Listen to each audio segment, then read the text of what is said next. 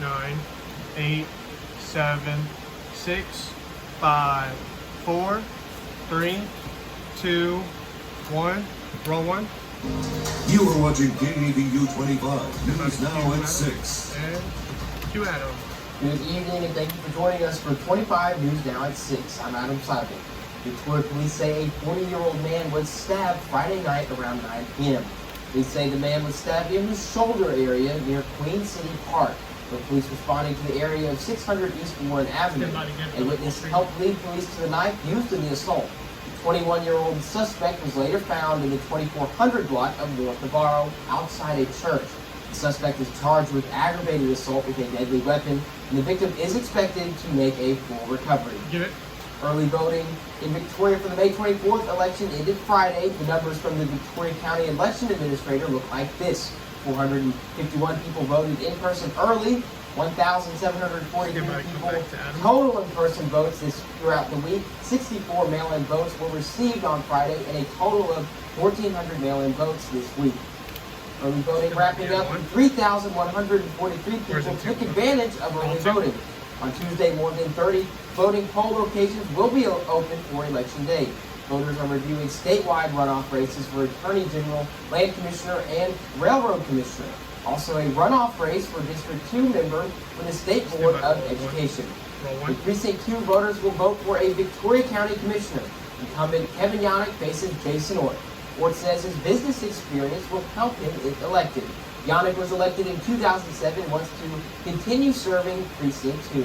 The primary race, which had 4 candidates, Ort won 48% of the vote. Yannick won 44% of the vote. More than 350 former U.S. service members are in the crossroads. After motorcades through Ganado and Edna, the Warriors Weekend Caravan arrived at the Field of Honor at Parkway Church on Friday. People lined Navarro Street to welcome the men and women for Warriors Weekend.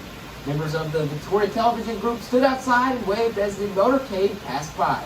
The Warriors Weekend Caravan went through Bloomington and Cedric, heading to Port O'Connor. A big day of fishing there today for Warriors Weekend.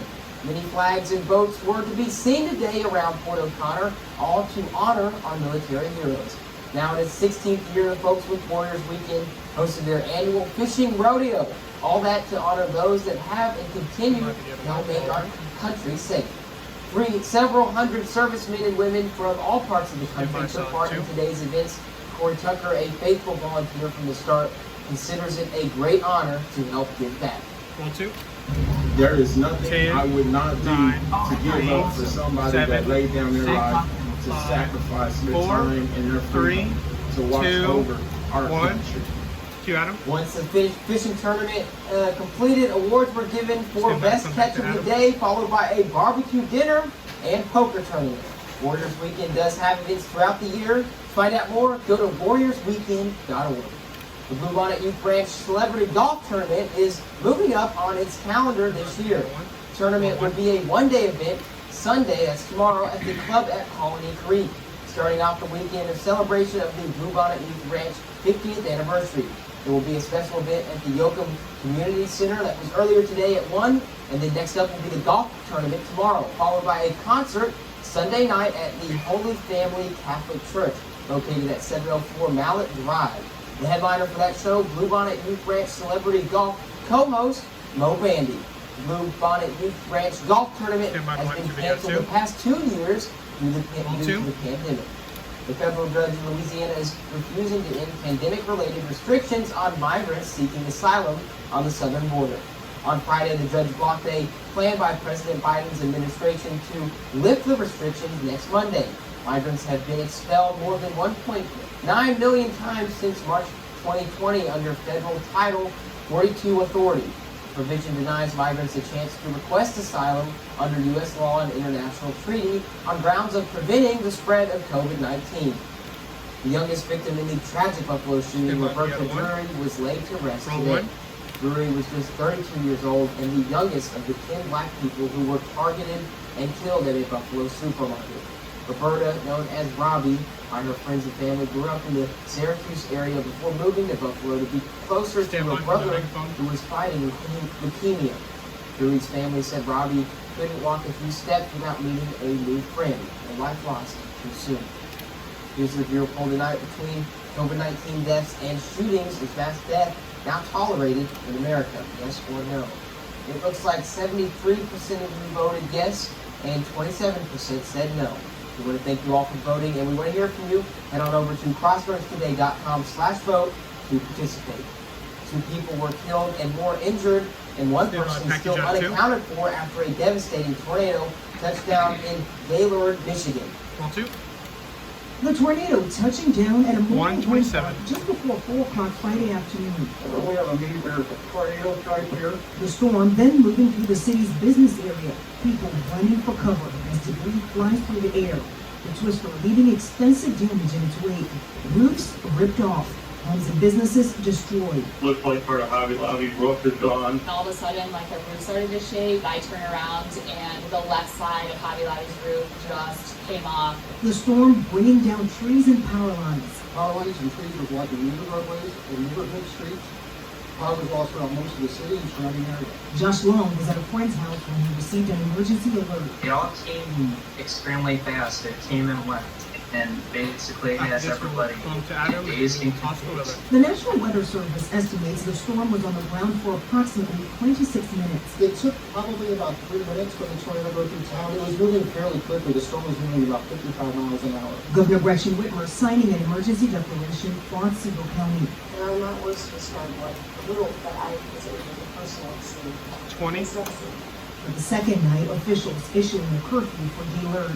Again, we're going to be 15. implementing a curfew during the hours of darkness until the morning. And again, this is for everyone's safety 8, because power is 7, out downtown 6, Gaylord.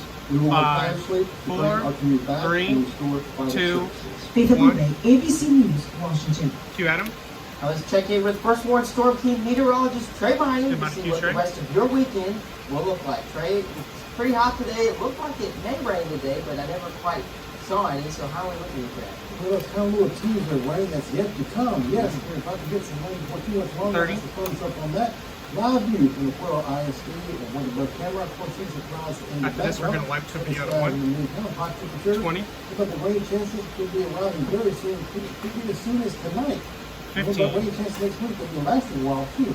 We're talking about that full forecast a little bit 9. later on. Adam? Roll 1. Thank you, Trey. The Lincoln Memorial was briefly closed to the public today after celebrating university graduates left a mess on the steps of the monument.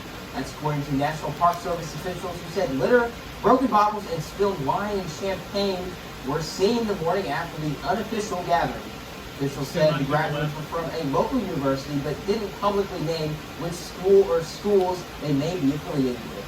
The memorial was reopened about noon today after staff cleaned up the mess. No arrests or citations have been made. Temporary closure comes one day before the Lincoln Memorial's centennial celebration. Give it. For more on today's news stories, come to crossroadstoday.com. Don't forget to submit your birthday wishes. Carolina Strand and Howard Gordon will read them live on 25 News Now Sunrise. You can submit a local military hero so we can recognize them. Stay with us. Coming up on 25 News Now at 6. The first shipments of baby formula is set to arrive to the U.S. tomorrow. Q Trey. As we know, on the radar around, the first one Doppler radar around Stand by the control. area is quiet. Not so in the north of San Antonio. Thunderstorms breaking out here. Some of these severe weather watching affect this part of the country. Rain chances for us are also on the increase. We'll talk about that in the 3, forecast. 2, 1. Taking control. 10:41 is the back time.